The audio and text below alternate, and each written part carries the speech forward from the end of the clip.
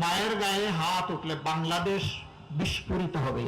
যেই দলের নেতারা হাসি মুখে ফাঁসির তক্তার উপর দাঁড়াতে পারে আল্লাহু আকবার বলে, এই দলের ধৈর্যের পরীক্ষা নিতে আসবেন না। দুনিয়ায় যত মানুষ এসেছেন, কিয়ামত পর্যন্ত যত মানুষ আসবেন, সবাই মায়ের গর্ভ থেকেই আসবেন।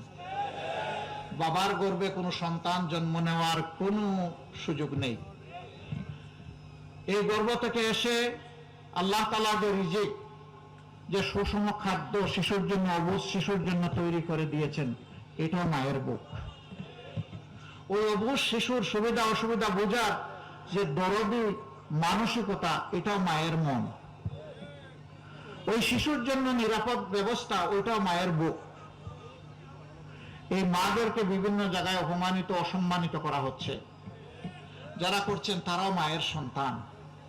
তাদের প্রতি আমাদের অনুরোধ, প্লিজ প্লিজ এন্ড প্লিজ, আপনারা আপনাদের মাকে, স্ত্রীকে, বোনকে, মেয়েকে আপনারা সম্মান করতে শিখুন। যদি নিজের পরিবারে সম্মানটা দিতে পারেন, বাংলাদেশের 9 কোটি মাকে আপনি সম্মান করতে পারবেন। আর যদি নিজের মাকে, স্ত্রীকে, বোনকে, মেয়েকে যদি সম্মান করতে না জানেন, আপনি মানুষ নামের কলঙ্ক। বহু জায়গায় মাদের গায়ে পর্যন্ত হাত দেওয়া হয়েছে।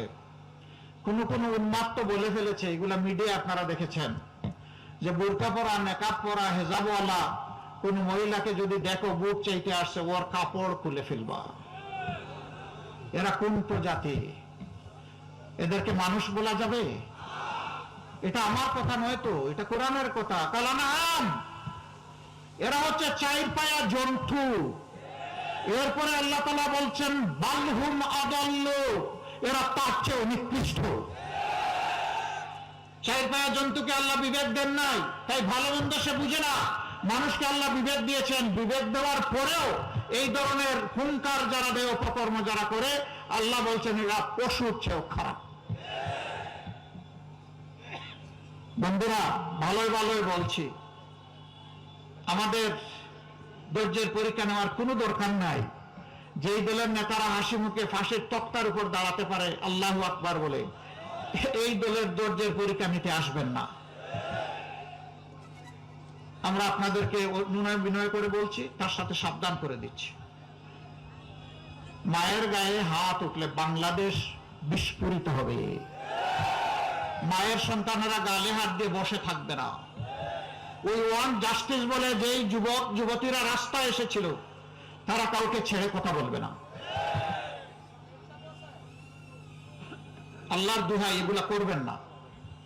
আপনার আদর্শ, আপনার বক্তব্য, আপনার পরিকল্পনা, আপনার কর্মসূচি আপনি জনগণের কাছে নিয়ে পৌঁছে যান। ওই ছেলেও ওই রেসপেক্টিভ সম্মান দেখাবো, কিন্তু আমার পথে বাধা সৃষ্টি করবেন না। এটি আমার অধিকার নয়, এটি আমার দায়িত্বও বটে। আমার দায়িত্বে বাধা দেওয়ার অধিকার কারণে, অধিকারও কেড়ে নেওয়ার অধিকার কারণে।